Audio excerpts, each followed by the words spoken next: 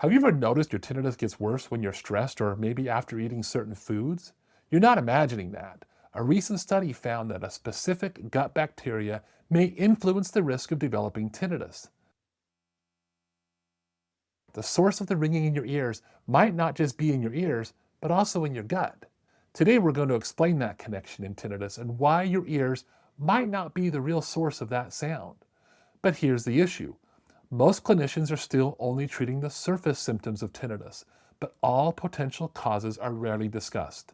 In this video, I'll break down the new science behind what some researchers are calling the gut-brain-ear axis, and what it could mean for managing your tinnitus moving forward.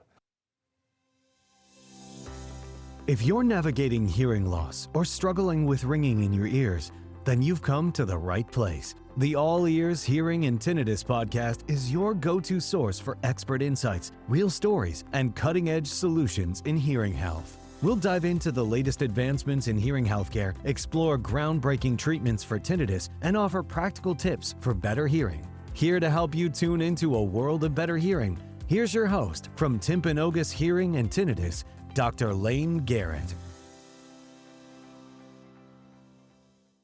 I'm Dr. Layne Garrett, founder of Timpanogos Hearing and Tinnitus in Utah. And for years, my team and I have worked with patients struggling with tinnitus, and this gut-brain connection is just one of the most promising developments we've ever seen. Because for millions of people, this emerging research could offer something tinnitus sufferers rarely hear, and that is hope. If you're watching this, you probably already know that tinnitus is more than just a sound. It's that constant, unwelcome companion that follows you into quiet rooms. It's the anxiety that spikes when that tinnitus gets a little louder, and it's the frustrating nights spent staring at the ceiling wishing for just one moment of silence.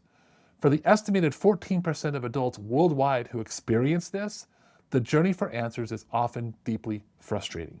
You've likely been from doctor to doctor, you've had your hearing checked, and maybe you've been told it's just part of aging or the result of some noise exposure.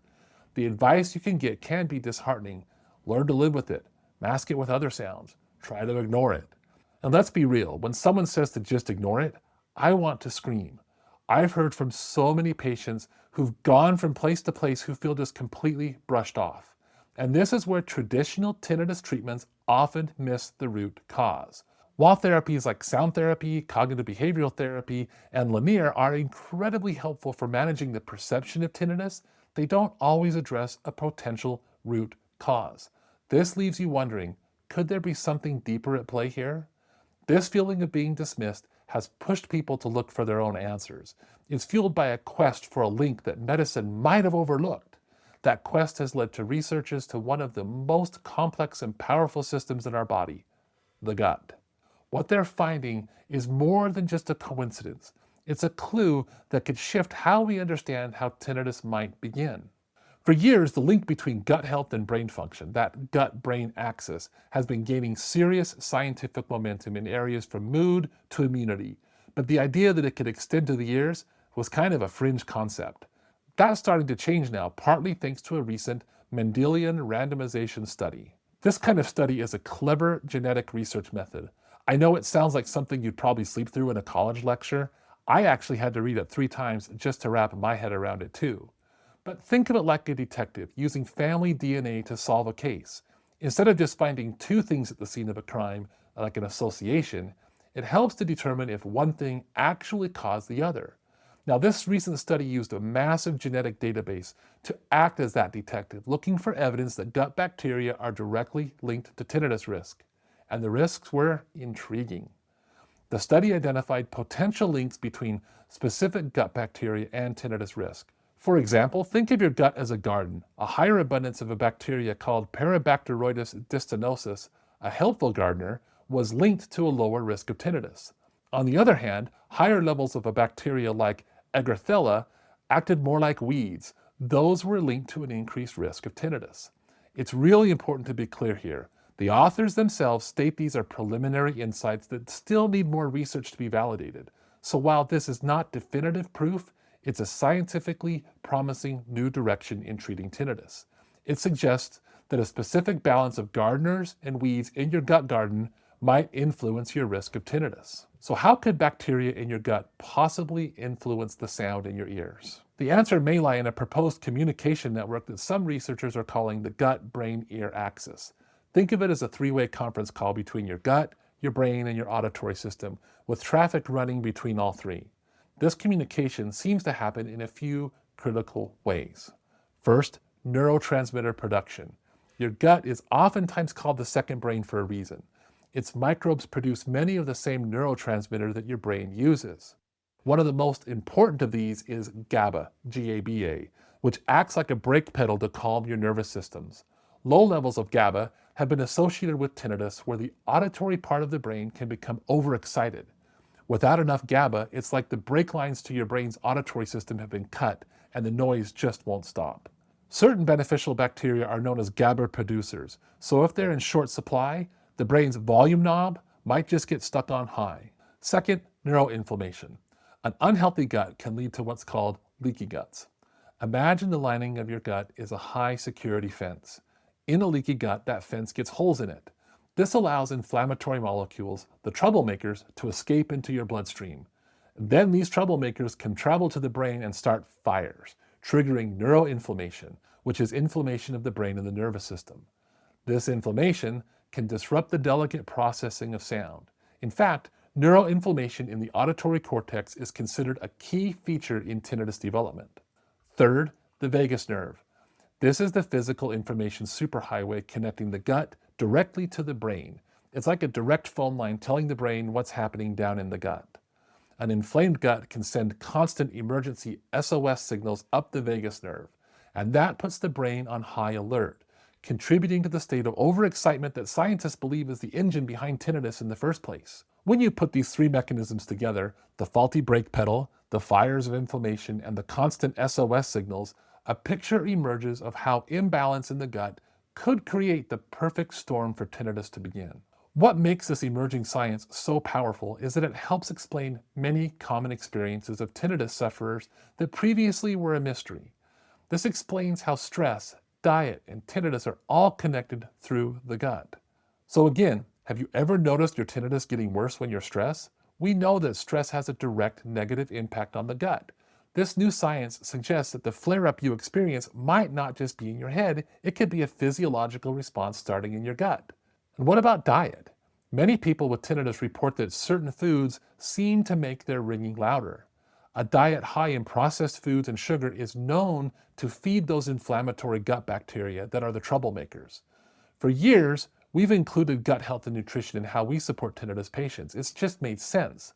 But now, we're not just relying on clinical intuition. We've got growing science behind us, and it's really exciting. I had a patient recently who cut sugar for 2 weeks, just as an experiment. The result? Their tinnitus didn't disappear, but the volume did dial down for the first time in years. Not a miracle, but a clue, and one that lines up with what the science is now starting to show. This gut-brain-ear axis also provides a potential explanation for why tinnitus is so often linked to other conditions like anxiety, depression, and sleep. So let's talk about the ways you can support the gut-brain-ear axis. Real science-backed steps you can take now. This is the most important part because this science isn't just interesting, it's also empowering. Again, remember, this is not a cure, but this new understanding gives us concrete steps to potentially help manage those tinnitus symptoms and create a calm, balanced internal environment. Here are some practical evidence-based strategies to support your gut health. First and most important is diet. Think of yourself as the head gardener of your gut. You can start by increasing your fiber intake from a diverse range of fruits, vegetables, whole grains, nuts, and legumes.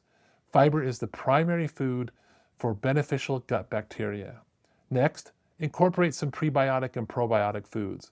Prebiotics found in things like garlic, onions, and asparagus are like the fertilizer for your good bacteria. Probiotics are the new seeds, live beneficial bacteria found in fermented foods like kefir and kimchi, sauerkraut, and high-quality yogurt. Also, consider the power of healthy fats, specifically omega-3s found in fatty fish and flax seeds. Omega-3s are powerful anti-inflammatories and support both the gut and brain health. At the same time, limiting processed foods, excessive sugar, artificial sweeteners can help stop you watering the weeds in your gut. Let's be real, these strategies aren't a quick fix. Tending to your internal garden will take some time and consistency. And I get it. I've tried the clean eating thing before. It's not always easy, especially when the stress kicks in and the Doritos start to call. You can also practice managing your stress. Things like mindfulness, meditation, deep breathing, or gentle yoga aren't just for relaxation. They can help you calm that gut-brain superhighway and reduce those inflammatory SOS signals. Also, prioritize sleep. Your gut and brain do their repair work overnight. Poor sleep can harm gut health and may increase tinnitus severity. Aim for 7 to 9 hours of quality sleep every single night. And you might want to consider targeted supplements, but always talk to a healthcare provider first. Specific probiotic strains and other nutrients like magnesium are being studied for their roles in nervous system health and reducing inflammation. These 4 strategies represent a hopeful and proactive path forward, shifting the focus from just masking the tinnitus to addressing the underlying systemic issues that might be contributing to it. We're learning more about this every single day, and what's coming out now is confirming things we've seen in real life for years. If you want to dig deeper into the science or learn practical ways to calm your tinnitus or treat your hearing loss, you can visit our free online learning center. We've built resources there to help you connect to new, real-world findings and lasting results. And if you're here in Utah and want to take the next step with an expert who actually listens, we'd love to help you explore your options. You don't have to figure this out alone. I'll put links in the notes below. As research continues to evolve, we'll keep exploring the future of tinnitus and gut health right here on this channel. For decades, the message to tinnitus sufferers has often been one of passive acceptance, but the science is starting to change that. The emerging idea of a gut-brain-ear axis represents a paradigm shift, moving tinnitus from just being an ear problem to a whole body condition that we may be able to influence. The knowledge that the state of your gut could be playing a role is incredibly empowering. It gives us a new target. It gives us a new sense of control. By nourishing our gut, managing our inflammation, and calming our nervous system, we are not just learning to live with it. We are actively creating the conditions for our bodies to find a better balance and hopefully more silence. This is a new frontier in tinnitus research, one that is filled with hope, and it all starts not in the ear, but in the gut.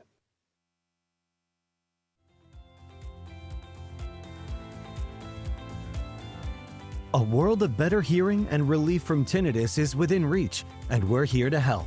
Be sure to subscribe to the podcast right now and join us on the journey to clearer sound and a richer life. Thanks for listening to the All Ears Hearing and Tinnitus podcast with Dr. Layne Garrett. We'll see you next time.